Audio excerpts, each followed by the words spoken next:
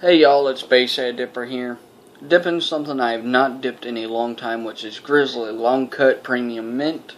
And the reason I am dipping this is I want to take a break from this, which is Grizzly Wide Cut Wintergreen.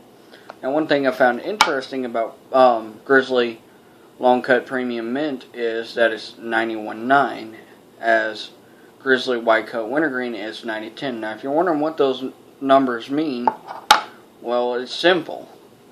Grizzly Premium Mint has 91% American tobacco and 9% Brazilian, as Grizzly Wide Cut Wintergreen is 90% American tobacco and 10% Brazilian. Now that's not a big difference in how much tobacco they put in there, but it is a little difference. But it doesn't really change the flavor all that much. What really changes flavor is what they add to it. So, like, say if they add mint extract, or however you pronounce it, or wintergreen extract, or, yeah, I'm sorry for not pronouncing that right, guys. There we go, mint flavoring and wintergreen flavoring. That will change the dip. Now, if you're going for a straight dip, they normally don't add really any flavor to it. It's just basically pure tobacco with molasses. Yes, they do use dip in molasses. But anyways, I actually personalized my survival knife and survival kit that comes in it. And I'm going to tell you now, guys, it's not the best in the world, but I like it. And it fits me perfectly. So first off, with this survival knife, you can actually have the option of tying this to a pole or a stick and using it as a spear. So I use the little holes to my advantage to put my paracord on. Now you're thinking to yourself, does it make it harder to hold? Not really. You actually have a little cushioning for your thumb right there. Another thing I did was, well, it was tied. I'm gonna have to do it again. But I actually tied the lanyard around the bottom of the handle so I didn't have to worry about it hanging down.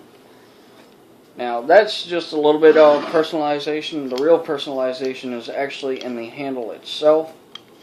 Most of y'all know with these survival kits, they come with a plastic bag. So, take my fishing string out. And, this is a little pull tab right here.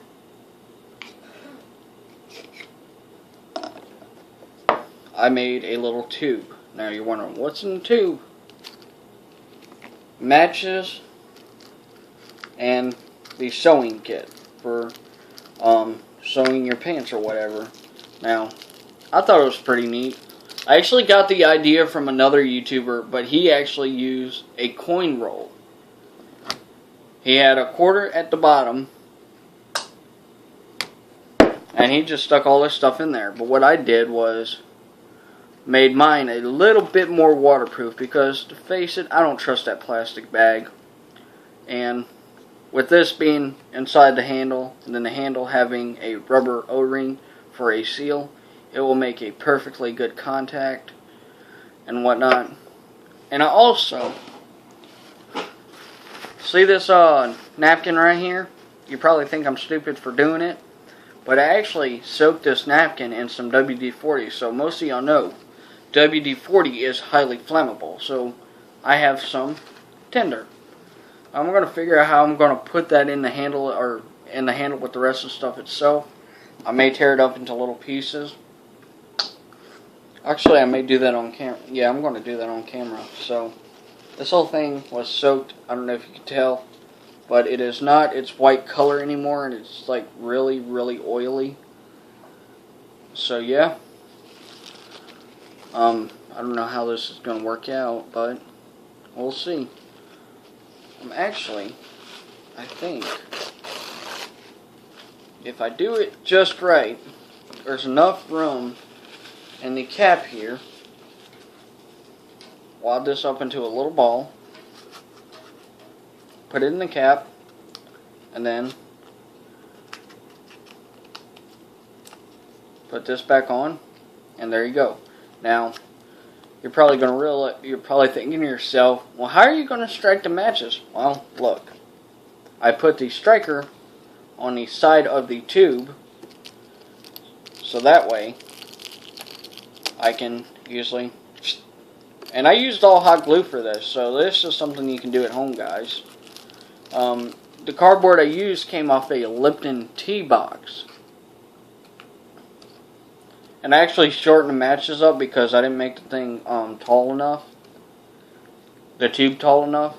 So yeah, that kind of screwed me over in the process. But hey, it works. And just tap, or not really tap, but just stick the matches in there.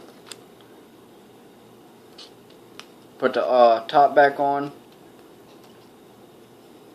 And put it back in the handle, and it fits perfectly. And all this I did out of curiosity and inspiration. So yeah, just put the fishing line back in the top here, hook it down. Lanyard's aggravating. I know a lot of people take theirs off.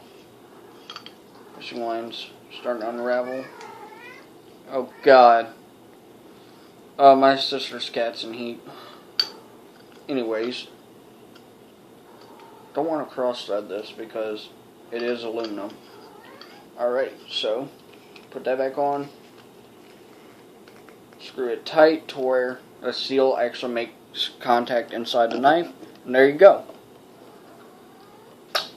That's my little personalization. I'm probably going to put this in a plastic, a little plastic baggy type of thing, a Ziploc bag, to keep it away from moisture, because that is like a homemade tinder that I made, and it's really easy to make. You just soak it with some WD-40, let it sit, and let all the oils soak into the rag. That way it's not wet anymore. Tear you off a little piece. Put it in, fold it up. Hang on, I gotta make this even. Alright, anyways, it ain't gotta be even. Fold it up.